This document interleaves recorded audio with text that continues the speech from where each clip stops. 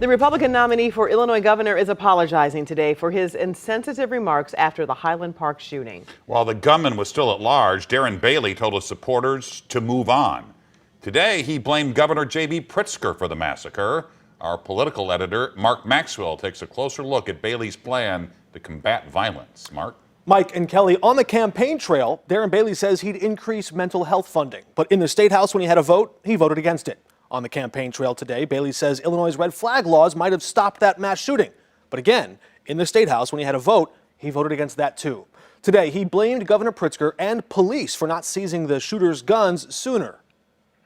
I want to apologize. Republican nominee Darren Bailey apologized Thursday morning for these remarks he made Monday, an hour and a half after a mass shooter opened fire on a July 4th parade. The shooter is still at large, so let's pray for justice to prevail.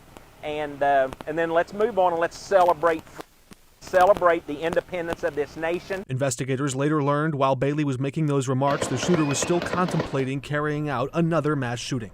The thought that my initial response could have caused more pain is certainly something that will keep me up at night, and I'm sorry. Then Bailey went on the attack. Governor Pritzker, this happened on your watch.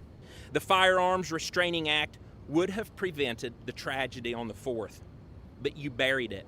Bailey claims that law could have prevented a mass shooting, but did not explain why he voted against it.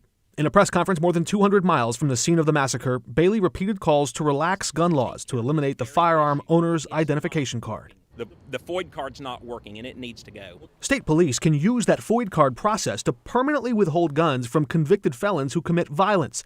Bailey's calls to do away with that law enforcement tool were not well received by this mother in Highland Park. They have driver's license for cars. We have identification for insurance.